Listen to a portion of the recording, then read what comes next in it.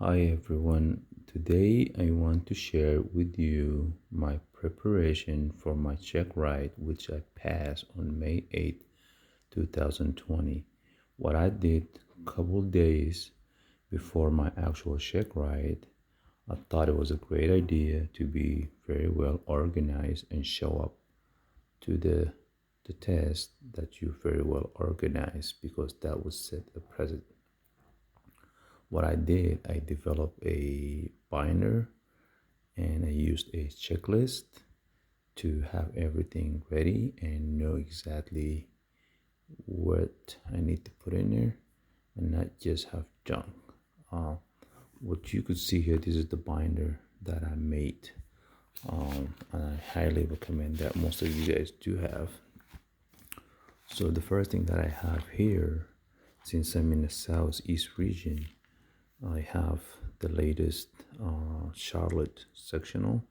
Even though I'm in Georgia, my test took place in South Carolina, which happened to be about 20 miles away from where I'm home based.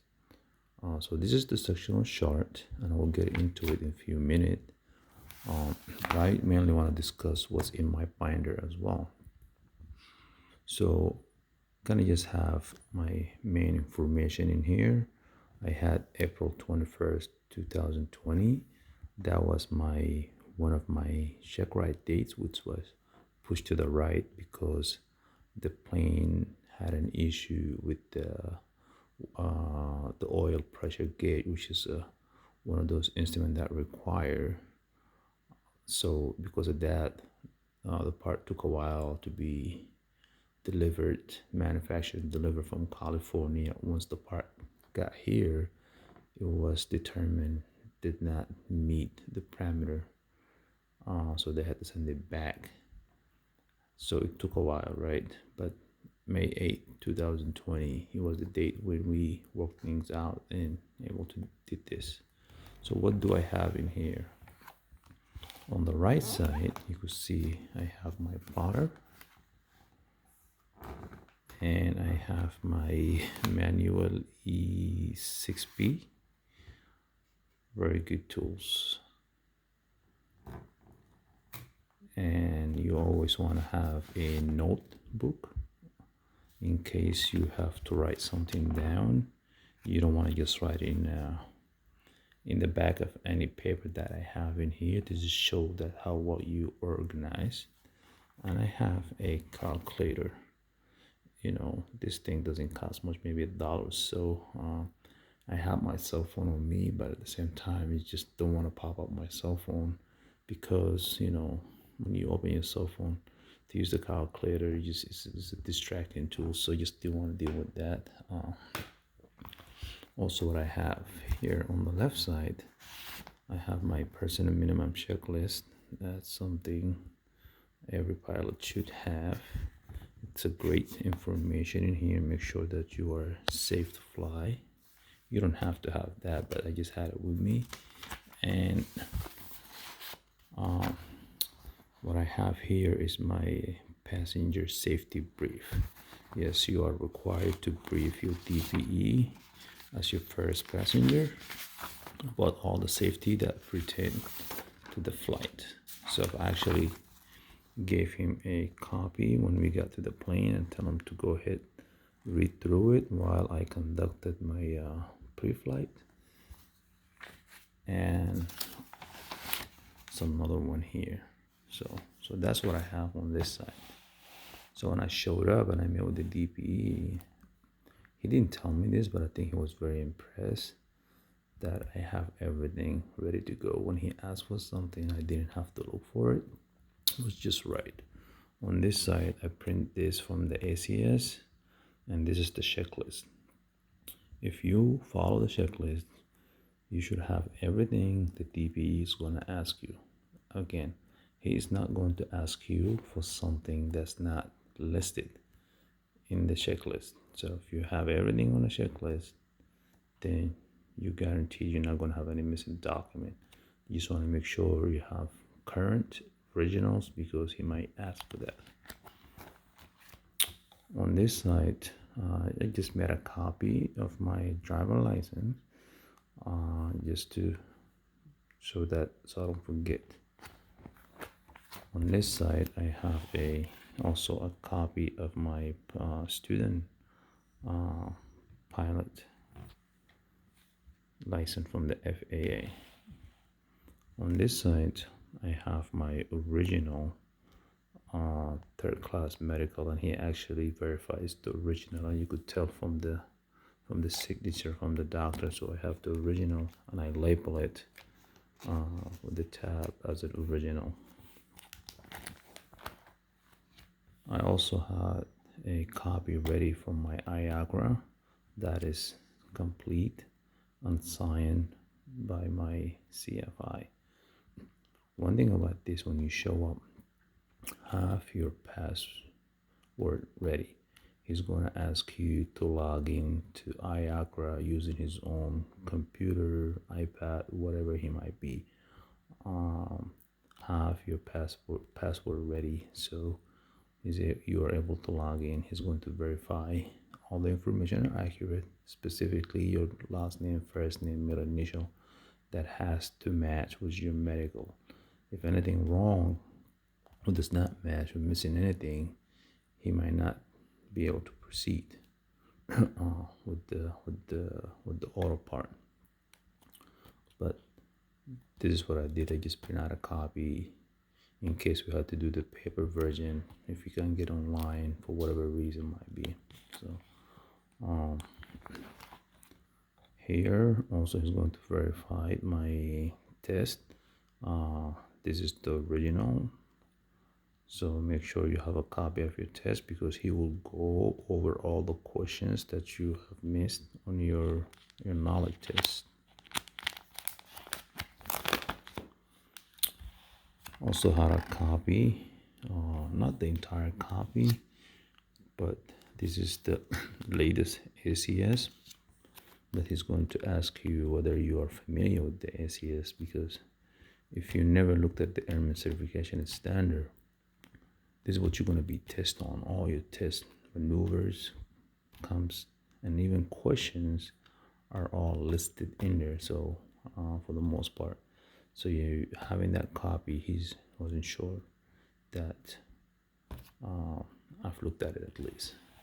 You don't have to do this part right here, but I did it anyway. I made a copy of the standard airworthiness certificate, and also had a copy of my magnetic heading just in case he had a question about the calculation. And I had a copy also of the certificate as well.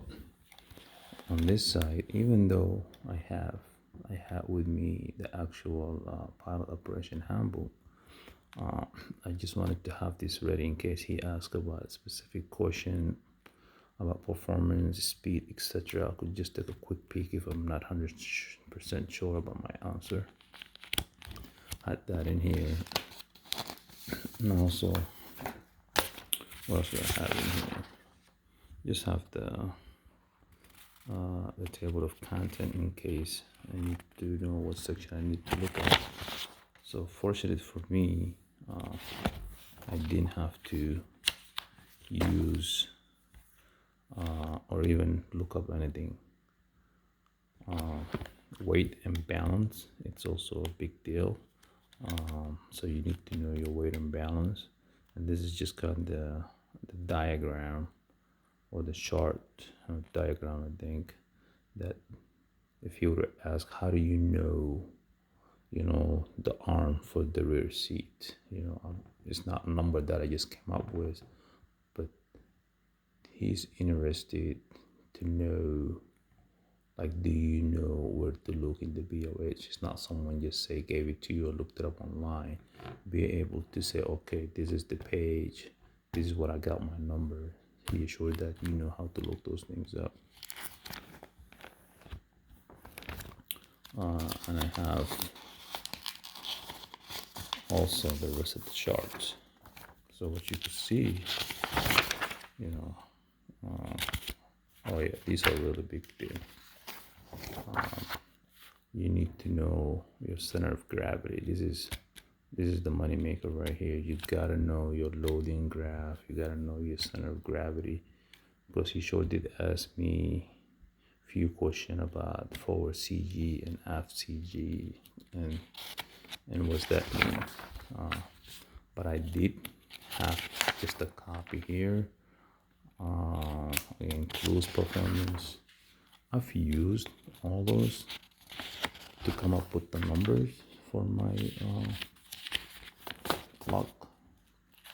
Now here what I have, it's my flight plan. So as you could see, it's a complete flight plan that I used on top here. Kind of just, I apologize about the lighting. Just kind of fill out the whole thing, my route, where I'm going, and that's really important, because part of that, you call the 1-800 with a briefer that morning and get a standard brief, and you need to have this information ready, just the way it listed here, so you'll get a good brief. I did that. I also use 4Flight, and I use 1-800 WX briefer, and I got all kind of information. So make sure you have a complete flight plan. Here I have my weight and balance. We really didn't spend a lot of time in here, but you need to know how you come up with, the weight is easy because you could just look up on your pilot operation handbook, because it's, this has changed from the original when the plane was built. So you get that information, and you got to know how to find your moment and center of gravity, takeoff, landing, flaps. So all the chart that you have on your pilot operation handbook going to help you to come up with these number. Here number just for the airport that I'm flying to, what's the weather's going to be like, what's the headwind, crosswind doing. He did like that. He was able to look, okay, this is your center of gravity, this is center of gravity, moment envelope, kind of see, as long as inside the envelope, then you should be good. So have that ready. I've also have a one actually online. I print this out for my landing at Myrtle Beach, and if there is a obstacles, the 50 feet high obstacles. So I just had that in, and actually had it color coded. You might not be able to see it, but it's all in green. So also you need to know your wind component, even though he didn't really look into that in depth, but it was just good that I have everything ready. This one here for Myrtle Beach, and the other one was for Aiken. And this is just a general form from Augusta Aviation cross country form that I used, and I had my CFI the day before, sign it and going over it. And that's very much it. So if you have any question about how to prep for Checkride, please let me know. Be glad to help you, and good luck.